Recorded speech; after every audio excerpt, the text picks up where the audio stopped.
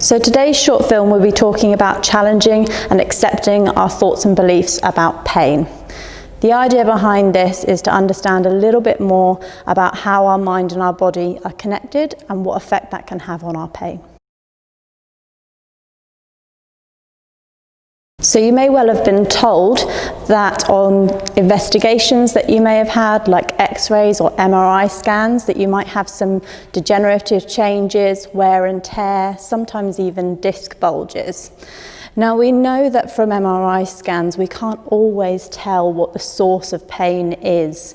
That's because studies have shown that even in patients that have no pain at all, we can still find these findings on the scan. The general trend tends to show the older we get, the more of these changes we'll have on a scan.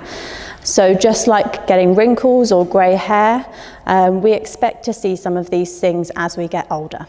The next couple of slides shows you ways in which the media can sometimes be a little bit misleading about some of these normal changes that can occur in your spine. You can sometimes see in newspapers headlines such as "There's a new pill or injection that might cure your spinal arthritis." We just ask that you kind of take these headlines, by all means read the articles and increase your knowledge about the subject, but take those with a little bit of a pinch of salt. If we had these kind of cures for back pain, then by all means we'd be offering them.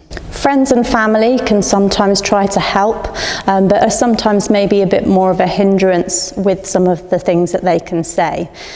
So things like rest will help, you should stop exercising and lifting weights if you have back pain. These kind of things we know aren't necessarily true. Historically, it was thought that our mind and our body were two separate entities, and that came from a philosopher called René Descartes in the 1600s. So the idea behind his principle was that the amount of damage that your body experienced was completely in correlation with the amount of pain that person would experience. In modern day theories, we know this just not to be true. So imagine stepping on a plug at home. Now that can be extremely painful, but if we were to then put your foot through a scanner, we probably wouldn't find any damage. Modern day pain theorists like Louis Gifford have come up with new models of pain which show that pain goes through a level of scrutiny in the brain in order to become that output that we experience. Our brains scrutinize all of our past experiences, our culture, our beliefs, all of the things that we've done that have given us positive outcomes or negative outcomes in the past, and uses all of that information to generate our pain output. If all of those items are scrutinized in our brains and indicates that something might be causing us damage, then that's when we might experience more pain than other times. This is how we can sometimes get into these negative spirals. So we might have a thought like, if I bend forward, I might cause damage to my back. That in turn leads to a change in how we're feeling. So we might then start to have feelings of worry or anxiety about bending forward. That in turn then leads to our behaviours, so that we might then stop bending forward, or say for example, in this example, playing with a grandson on the floor because we don't want to bend forward for fear of injuring our backs. As a result, this can then change our behaviour patterns over time and we stop doing the things that we enjoy. So you still have pain. What can we do about it? We need to start thinking along different routes of how we can change that pain output coming through from the brain.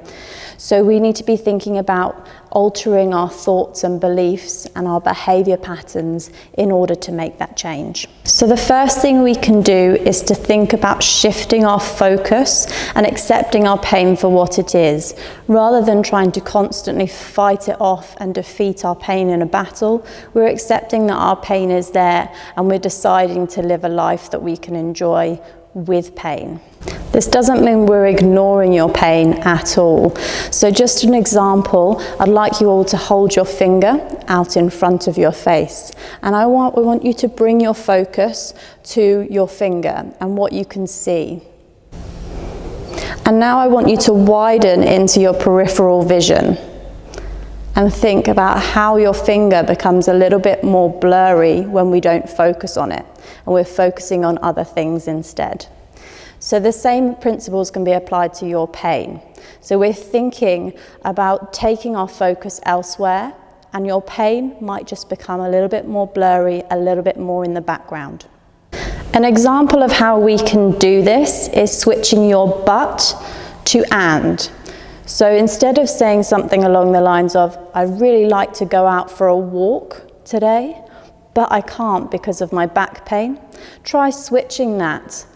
I really want to go out for a walk today, and I'm going to go even though my back pain is there. All we're asking is that you be open to taking a new approach to dealing with your pain, and over the next few weeks or the next few talks, we'll be showing you how you can do this through relaxation strategies, mindfulness meditation, graded exercise, and so on.